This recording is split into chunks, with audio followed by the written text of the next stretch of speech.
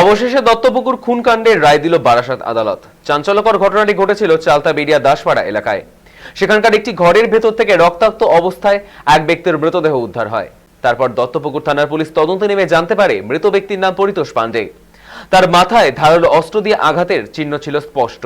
তদন্তে আরো উঠে আসে অভিযুক্তের নাম বিশ্বজিৎ দাস। পূর্ব বর্ধমানে আত্মগোপন করেছিল সে। এরপর সেখান থেকেই পুলিশ তাকে গ্রেপ্তার করে। জানা যায় বিশ্বজিৎ দাস দত্তপুকুরের টালিখোলায় একটি মিষ্টির দোকানে কাজ করতেন। সেখানেই পরিতোষ পাণ্ডের সঙ্গে তার বন্ধুত্ব হয়। ঘটনার দিন দুজন একসঙ্গে বসে মদ্যপান করছিলেন। সেই সময় পরিতোষ পাণ্ডে অভিযুক্তের স্ত্রীকে নিয়ে কটূক্তি করায় দুজনের মধ্যে তীব্র বিবাদ বাধে। রাগের মাথায় ঘরে থাকা ধারালো অস্ত্র দিয়ে পরিতোষ পাণ্ডেকে কোপ মারেন বিশ্বজিৎ দাস। প্রায় 1 বছর পর অভিযুক্তকে দোষী সাব্যস্ত করে সশ্রম কারাদণ্ড এবং 1000 টাকার জরিমানার নির্দেশ দেয় আদালত। সূত্রের খবর, তদন্তে পর্যাপ্ত প্রমাণ ও স্বাক্ষর ভিত্তিতেই আদালত এই রায় ঘোষণা করেছে।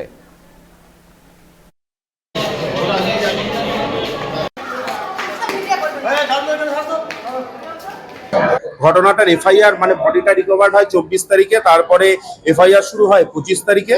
আর 20/2/2025 এই মামলাটিতে চার্জশিট জমা পড়ে এবং এপ্রিল মে থেকে ট্রায়াল শুরু হয় এবং পরবর্তীকালে এই 6 থেকে 7 মাসের মধ্যে টোটাল 21 জন সাক্ষীকে এক্সামাইন করা হয়।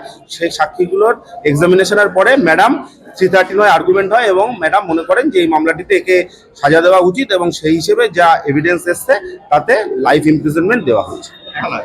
এটা দত্তপুকুর থানায়।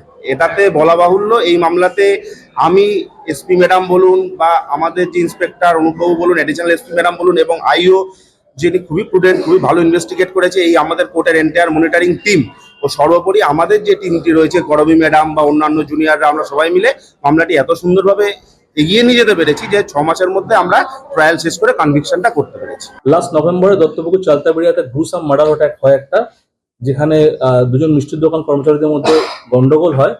এই গন্ডগোলের জন্য একজনকে মার্ডার করে। আমাদের টিম ইমিডিয়েটলি এটার উপর কাজ শুরু করে, প্রপার সেকশনে কেস রেজিস্টার হয় এবং দেন উইদিন 24 আওয়ার্স আমরা আসামিকে বর্ধমানের পূর্বস্থলী থেকে অ্যারেস্ট করি। কেসের আইও ছিল হচ্ছে গিয়ে এসআই কৌশিক বৈরাগী। এন্টায়ার টিম কাজ করে এটার উপরে।